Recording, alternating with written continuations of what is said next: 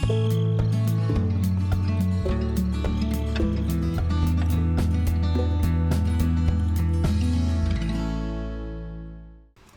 hello everybody. Welcome to Gelvin Valley Wild Wild Wes's map for Farming Simulator 15. I don't often start the episode anymore, kind of standing at the house here right next to our grain structure next door.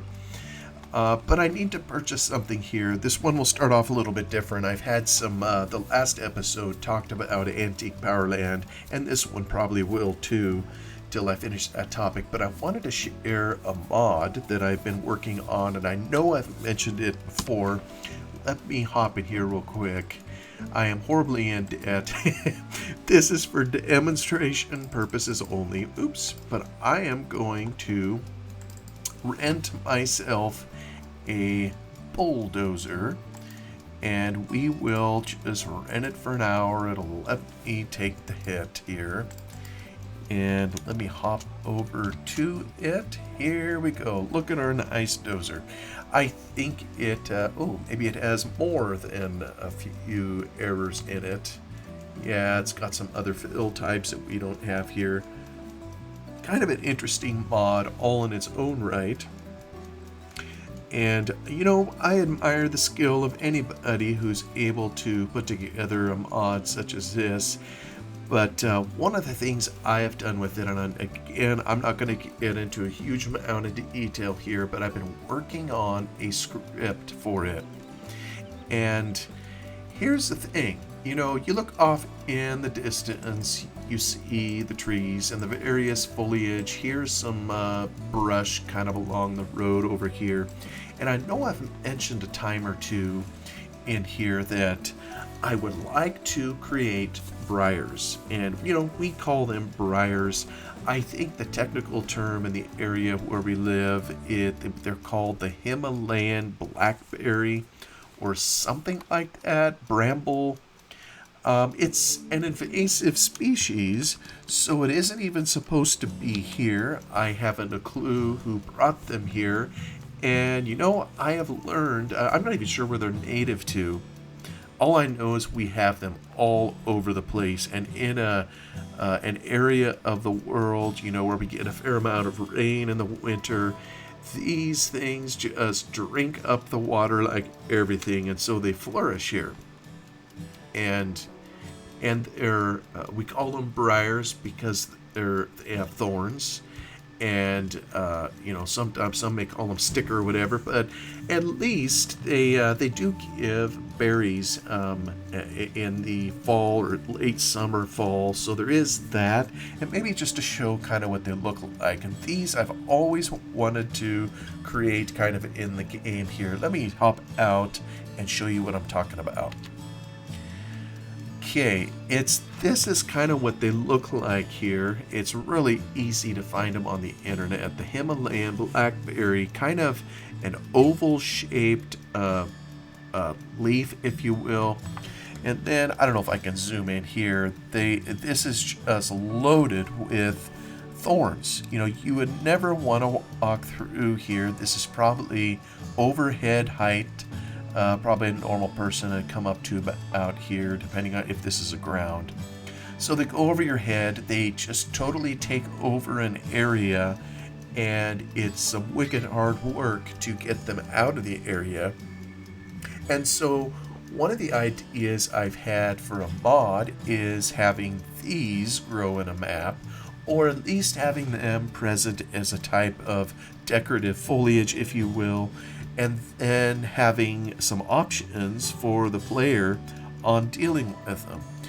And it's kind of an area I'm not real familiar with in farming sim modding, is some of what they call the deco or decorative foliage. We're all used to working with the fruits. You set up a fruit like wheat or barley, corn, the ones that came with the game. Sometimes we add additional fruits. And those, the game is designed, to grow them, and you harvest them, and they're all part of the game mechanism. Well, below the ad and the additional foliage sub-layers in the map's i3D file, you can add other decorative foliages. And sometimes it isn't even a foliage, it may be rocks. And those have been, it's some of the earliest versions, there's just rocks on the ground, or a certain texture you can put down. And then there's others, that you can add weeds and or briars, bushes, those kinds of things that look like a type of fruit, but they are unaffected by the game engine, for purposes of growing. So most of the time, just like their name implies, they're decorative only. So you would see something like this in game, but you couldn't really do anything about it. You could see it, you could hack away all day on it, but you would never take it out. And I've been doing some more learning here of late to say, because in Wes's map here in Gelvin Valley, there's a number of fields, that have some weeds in them, and I've plowed them I don't know how many times, and of course it doesn't take them out because the design and the way the game works, it isn't set up to take out a decorative foliage until, like so many other times, you know exactly how to tickle the Lua code effectively, and I'm starting to figure out a few ways of dealing with it. But anyway, I wanted to have briars. I suppose I could work with an existing bush in game, but I wanted something to look like this, and I haven't been able to find it. So I don't know if it's out there. If somebody has a site that they go to for foliage type things, I would love to hear it. I scour the internet for these kinds of things, and I see all sorts of other types of decorative foliage, but I haven't found one that looks quite like, this Himalayan briar bush. And oh, by the way, here's a picture of it kind of growing some berries. This would be in early summer, spring, when these are coming on, and they're really tasty. I mean, we have a whole bunch of them around our house, that when they go black, they're ripe, and, lots of people make jam out of them, pie, pastries, whatever. So in that way, they may be an invasive species, but they are giving something in return at the very least. But I'll tell you, when you see these thorns, you just never want to encounter a patch of them in the woods or have to walk through them, because you're about to have a very bad day.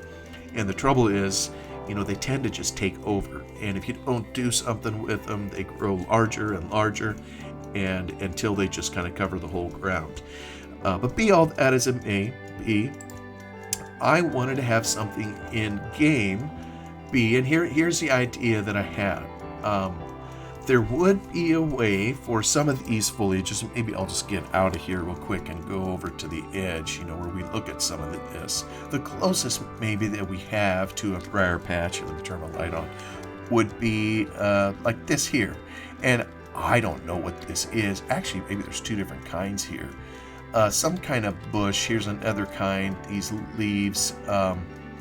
This is a deco foliage that I was talking about. The grass that we're standing on, we could plow over it, we could mow it, but these bushes, we can't take them out until we activate the ability to do so in the Lua code. And I think I figured out a way to do that. I'll show that at some point if someone wants to know how to do it for the Irma app.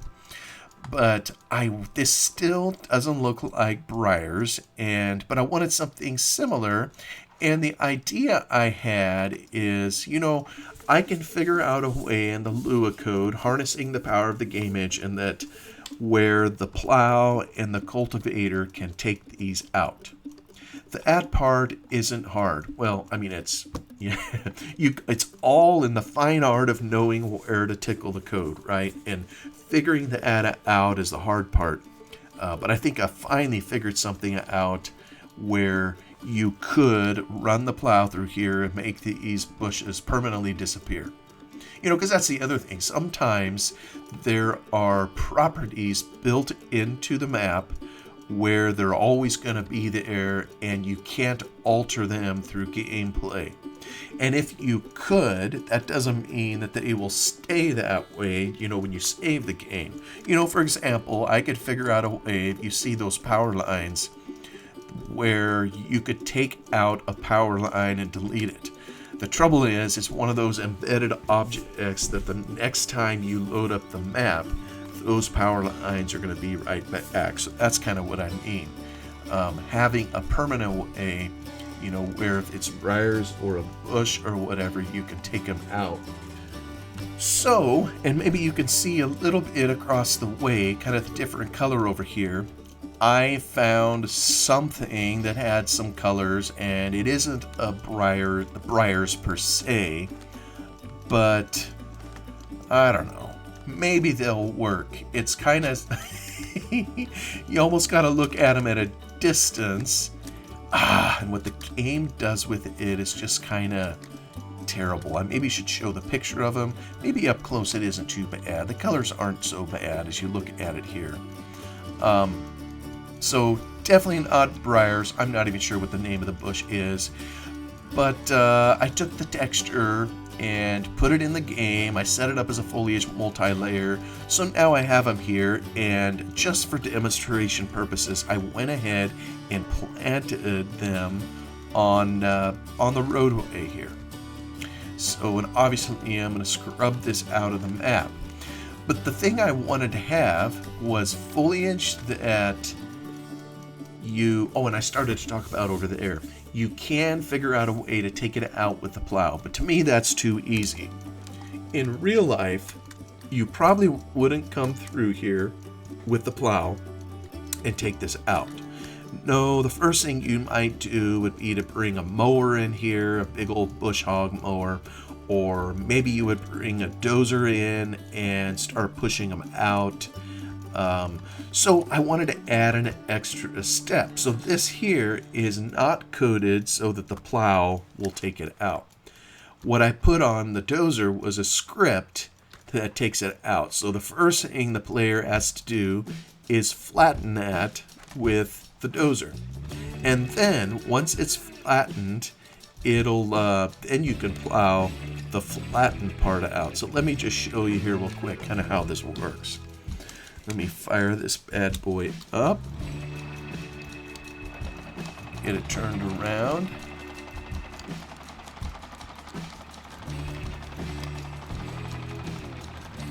The blade works kind of like so. And this is interesting. The dozer came with a script.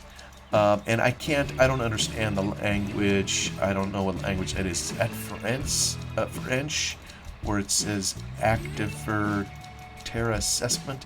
Anyways, this blade, if you lower it to the ground, it doesn't do anything at the moment.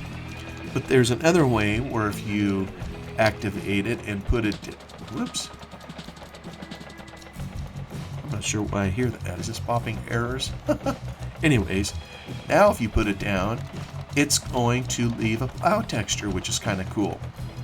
So here, let me take it back off. And so what I did, the plow, and maybe this is one way I need to try to show it in here. This is the same texture, that you'd get if you were pulling a plow in the field. So just to show that a plow doesn't destroy this, here, let me make sure it's still on. Turn it on there. When I turn it on, I'm hearing it as if I'm driving, and I'm not, so that must be a bug in the script.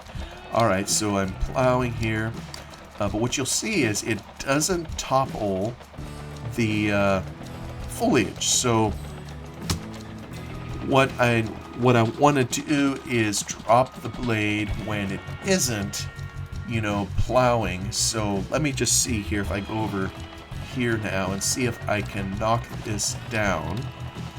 Let me put my blade down and just come along here. It's still not totally... Did it not take?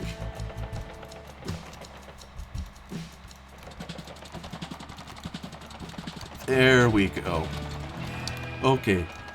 Yeah, and some of this, maybe whether it's hitting the plants dead on or not, but you see what I put on the ground is to add extra foliage. Come on. There we go. You know, I don't think it likes toggling back and forth. Lift the blade. Here we go. Now I'm starting to put it down. So I want to, and this, of course, this all looks hideous. The texture and everything. I'm obviously not a texture artist. You know, in order to create the, let me just stop. What is this thing's problem?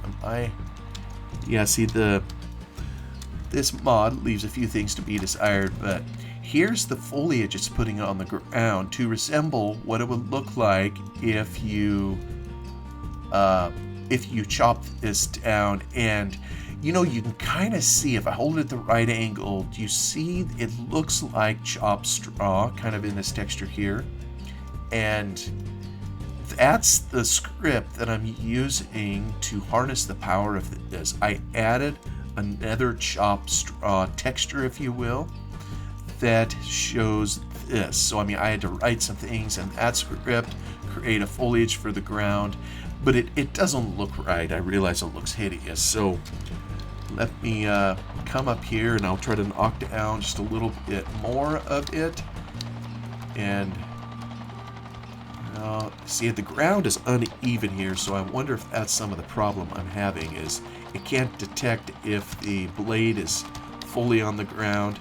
Now it's kind of doing that a little bit, so kind of putting it, trying to lift it here. Yeah, I could have chose probably a better place to do this.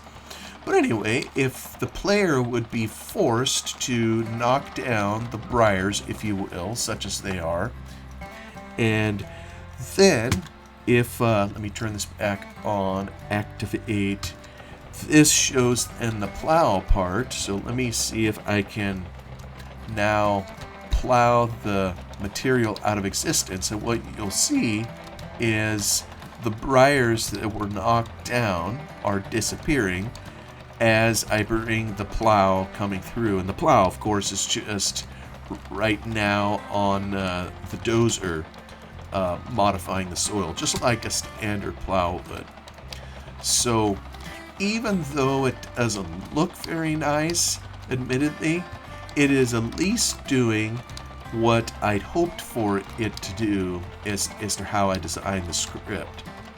So I, of course, am going to not save any of this at all, because I don't want to plow up my roadway here, but I just wanted to show a little bit as to the progress or whatever, you know, in making a mod and using other people's mods, if you will, to try to do it. So I will be back in just a moment to continue our timber harvest, and we'll transition at this point to talking to you about Antique Powerland once more. Well, folks, we are back in the woods here on Gelvin Valley, and I shared a little about a mod I've been working on with the briars. Now we'll continue our tree work and a little bit on an event that I attended this past summer at Antique Powerland here in Oregon, showing some good old-fashioned equipment. And, you know, in the last episode, I kind of left off, I described the event, and I started going through the daily schedule of events, and I landed at about 11 a.m. I'm sorry I'm taking so long. I'm just enjoying reliving it here in my mind as I share about it here. And, you know, the good thing is, if you're interested in this kind of thing, obviously you don't need to travel here to see it. These are fairly abundant, I believe, kind of around the country. There's all sorts of enthusiasts who are nuts about old things from the past. Anyway, I left off at the 11 o'clock hour, and I got started talking about a competition that they had, or kind of a competition. They call it a demonstration, but I think there is some competition of early day logging skills. And I think in the last video I mentioned the log rolling.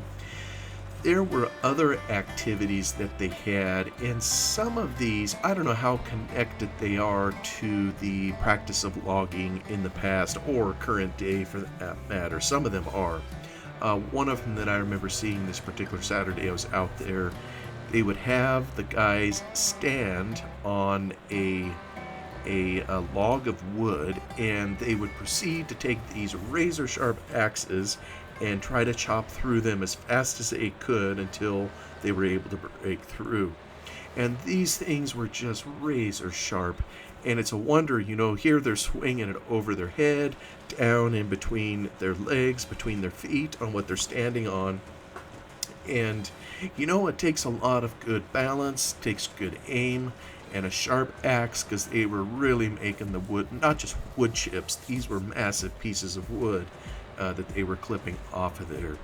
Till they went through, I think it was a timed event, or they were competing against someone else kind of at the same time. That was another one that they would do. I think there was a huge pole, looked like a power pole, but it was for climbing. I didn't see that part of it. I know there's guys that'll shinny on up that thing. They'll stand on top of the pole. They must have tremendous balance and have no fear of height in order to do it. But, this was a very real thing back in the day of logging, early days, and even in current. In the previous episode, I mentioned something called the spar tree that lumber camps typically will have, which is a very tall, strong tree at the logging location near the landing, and they attach pulleys and cables to it, and they use those big old trees to help pull the logs up the hill to the landing. And it's the machinery that sits on the cables that sit on those poles that are used to bring all that up. So men would have to climb the trees back in the day. They would be lopping limbs off as they went up, either with an axe or later days with a chainsaw, and have specialty equipment, spears that they I'm not sure what it's called, what the technical term is. I call it a spear, that they would put on their boots that would dig into the wood to enable climbing, even where there weren't necessarily limbs to hold on to.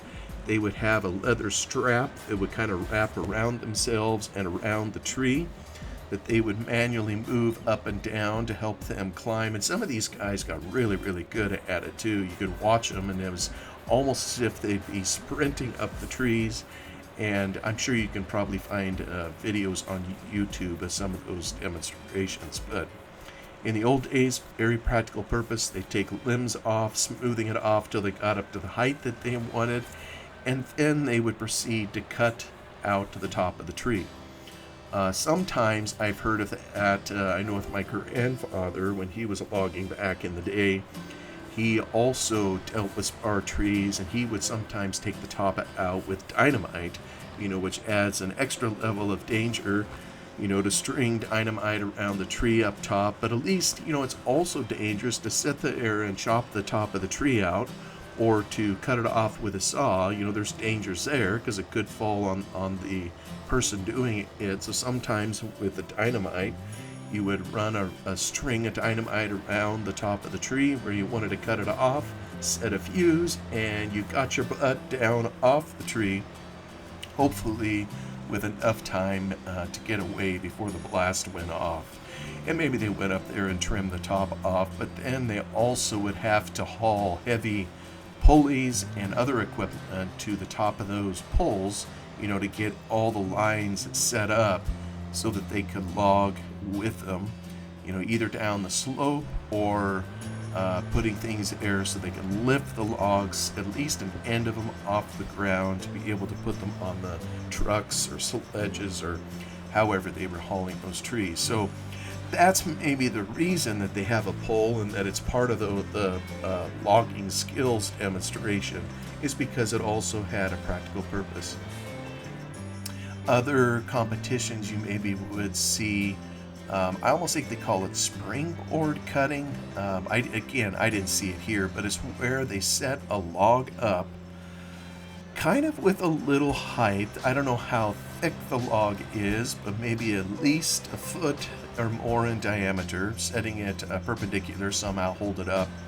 And in the old days with the axes, what the guys would do, they had to get up off the ground a ways before they could, make the face cut on the tree and get to the point where they'd bring in the crosscut saws, to saw it off. They didn't want it too far in the root, so in order to get up to the proper height, they would put in these boards. I think they were called spring boards, and they had to be good enough at it that they could literally stand on it, so it would take the weight of at least a man.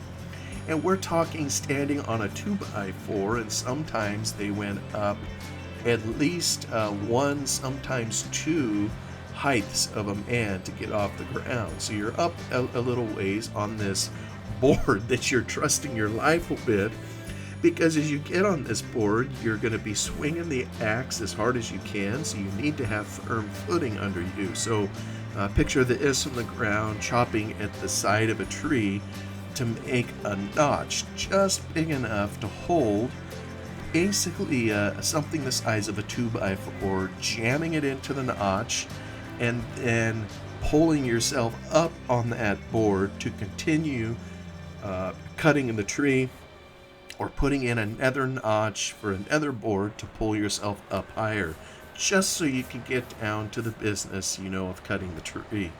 Well, now, they don't do that anymore. That definitely would be an early days skill demonstration, because now, they have chainsaws and other ways of harvesting in the forest, where you wouldn't have to rely on a rickety thing that you put into the side of a tree. But that's how they did it in the old days, and so now there's competitions, and it's pretty cool to watch. Some of those guys, are really skilled. And I mentioned the crosscut saw. That's another thing. Maybe a lot of us have seen some of those old crosscut saws, and they look old and beat up, and they don't look sharp at all, and you wonder, how in the world, by hand, could a couple guys cut through a log? And granted, some of the huge trees, we've all seen in pictures, and that beautiful old growth timber, I think I've read some accounts they could spend a day on a tree working it over to get it ready to fall. So, but just because the replicas of crosscut saws that we have are kind of old and everything, doesn't mean that the ones they had back in the day weren't also razor sharp. And you see that in some of these competitions. I watched this the particular day I went out. A couple guys got going, and with a little communication, good timing, it was amazing how fast they were able to cut through a particular log. I think it was a foot in diameter, this particular example, but they just mowed it down. And I am hard pressed to say that with a modern chainsaw I could have done it any faster than what they did, with a good old crosscut saw. Of course, they probably spent hours sharpening it just so, to have it in perfect shape, whereas the chainsaw I know that we have around here is kind of, it's getting long in the tooth. It isn't always the sharpest. But anyway, so those were the kinds of things that you would see at the early days logging skills demonstration, among a few other things such as axe throwing to hit a target and whatnot. Can't imagine that had a practical purpose. Maybe it's what loggers do to blow off steam. Also in the 11 o'clock hour, they have a kids pedal tractor pull. And I don't know how you all grew up, but at home I remember our dad got us at some point a pedal tractor. I still remember the thing, sitting on it. It was this little John Deere tractor, and let me tell you, to a little boy, that's some prime toys to have, where you can pretend to be a farmer driving your own tractor. Of course, it was a little rough getting it off into the lawn, if you will, rather than driving it on asphalt or whatever. But I remember we drove that thing all over, pulling each other in trailers behind it. Sometimes we took it into the garden, where of course it was very hard to run. just pulling things or whatever. So apparently they had a competition for kids for pedal tractor pull. Can't imagine they were able to pull much. I didn't see that particular competition, but they also had that going. And just like again, I'll comment, just like machinery has changed so much with technology over time, so have the toys. Everything changes with time, and just like it's nostalgia to any of us to see, like in Farming Simulator, like we're playing here, to see the machines that we use back on the farm, or that we know that our father used, or those kinds of things. We want to see that. Well, it's similar in the toy world too. If you looked at toys years ago, they were making replicas of whatever machinery there was at the time, just like they do in our day. And ditto with pedal tractors.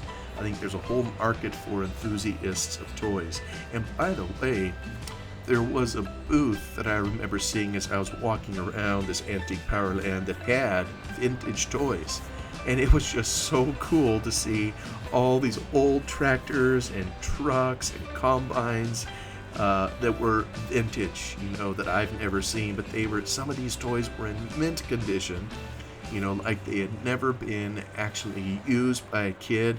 Oh my goodness, we used our toys growing up. I mean, they were in the home, they made it to the sandbox, they were out in the dirt, they were well loved, well used, and by the time we were done being kids, there really wasn't much left. Makes me wonder which one of my brothers ended up getting those, but anyhow, something for the kiddos when they come, a pedal tractor pull. There also at the 11 o'clock hour was a demonstration of an old organ, ORGAN music, off in a hall, someone playing on an old organ. That's pretty cool. I didn't see that particular demonstration, but I'm telling you, this whole thing, it's primarily geared to farming and agriculture. There are also other vintage things happening, including in this event here in Oregon. Also at 11 o'clock, I've spoken about logging quite a bit, and there also was a sawmilling demonstration. They have a whole steam sawmill set up on site. I've seen it many, many times over the years, watched it again this time, where they use an old steam engine to run a sawmill. And really, the sawmill, for all intents and purposes, it really isn't that much different from a modern sawmill. The whole goal, of course, being taking in something that's round, a log, and turning it into dimension lumber, so that something could be done with it. So old technology and new technology, there's at the end of the day a lot of similarities between the two, and it's just really cool that they had that on site, with all the logging equipment.